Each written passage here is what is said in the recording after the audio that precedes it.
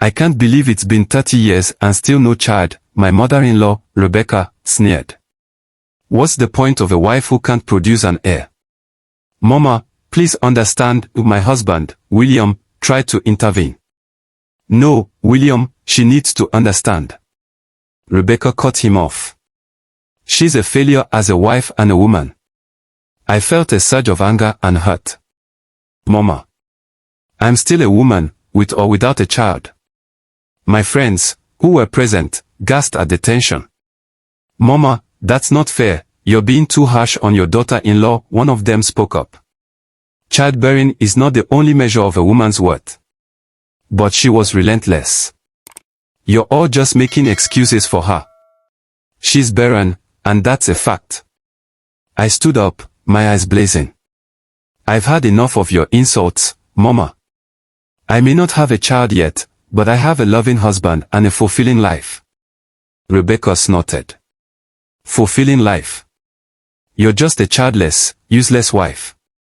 The argument ended with Rebecca storming out of the room, leaving me in tears. But I refused to give up. I turned to my friends and said, I'll show her. I'll prove that God can still bless me with children. But my joy was short-lived. I soon discovered that my husband, William, was planning to remarry, succumbing to his mother's pressure. Rebecca had finally convinced him that I was a barren, useless wife, and he needed a new wife to bear him children.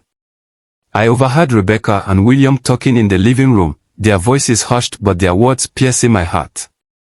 Son, you deserve better than a barren wife, Rebecca said. She's a curse to our family. I know, Mother, William replied. But I feel bad leaving her after 30 years. Feel bad? Rebecca scoffed. She's useless. You need a new wife to give me grandchildren. I felt a surge of anger and sadness. How could they talk about me like that? I was still their wife and mother, worthy of love and respect. I confronted them, my voice shaking with emotion. Mama, how can you do this to me? I pleaded with Rebecca, tears streaming down my face. Silence, woman. Rebecca spat. You failed as a wife? My son deserves better. William stood there, his eyes avoiding mine. Mama, I think it's for the best. I felt my world crumbling around me. William, how can you betray me like this? After 30 years of marriage. But William just shook his head and walked away, leaving me alone with his mother. I was devastated. I felt like my whole world had been turned upside down.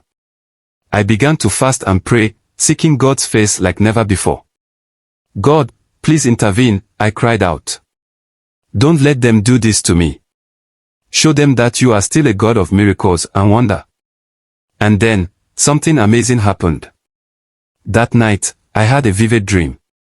I was standing in a crowded market when a helpless man approached me, holding 2 tiny babies. He looked desperate and pleaded with me to take them from him. Please, ma'am, take them. I can't care for them. They need a mother's love.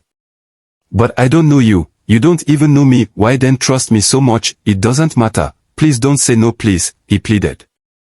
Without thinking twice, I accepted the babies from him.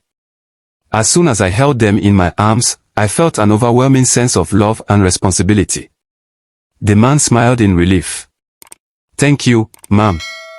You won't regret this, I promise. I looked at the babies in my arms, and they gazed back at me with big, round eyes. I felt a deep connection to them, as if they were my own. The next morning, I woke up feeling puzzled by the dream. But little did I know, God was about to surprise me in a big way. At the hospital, I went to the doctor for a routine checkup. I had been feeling a little off, but I had no idea what was about to happen.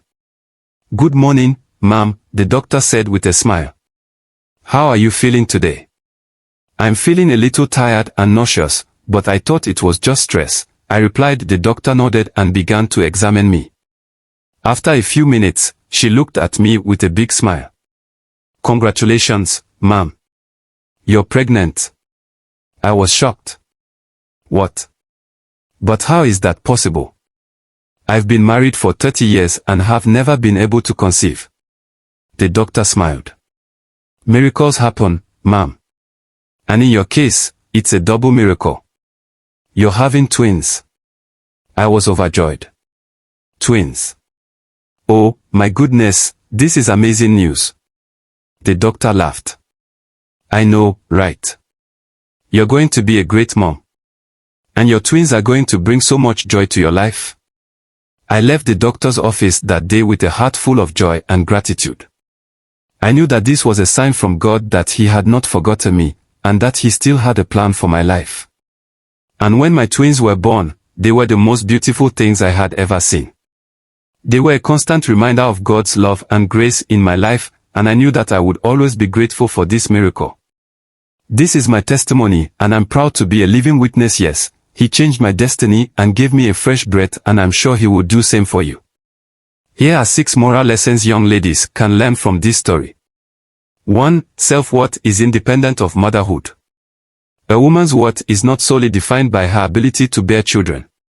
Self-esteem and identity should be rooted in one's intrinsic value and contributions to society, not just in fulfilling societal or familial expectations.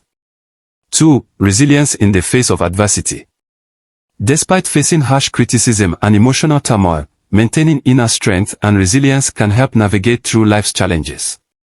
Perseverance can lead to eventual triumph and vindication. 3. Faith and hope. Holding on to faith and hope during difficult times can bring about unexpected blessings and miracles. Trusting in a higher power or believing in the possibility of change can provide comfort and motivation. 4. The power of dreams and visions. Sometimes, dreams and visions can carry deep meanings or premonitions. Paying attention to these inner experiences can offer guidance and reassurance in moments of doubt or despair. 5. Importance of a supportive community. Having friends who stand by you and advocate for your worth can make a significant difference. Surrounding oneself with a supportive and understanding community can provide the necessary strength and encouragement to face difficulties. 6. Redemption and forgiveness. The story underscores the themes of redemption and the possibility of a fresh start. Embracing forgiveness and moving forward with a positive outlook can lead to new beginnings and the fulfillment of long-awaited dreams. Thanks for watching. Please tell us in the comments where you are watching from and the lesson you learned from this story. Do not forget to like and subscribe. See you in my next video.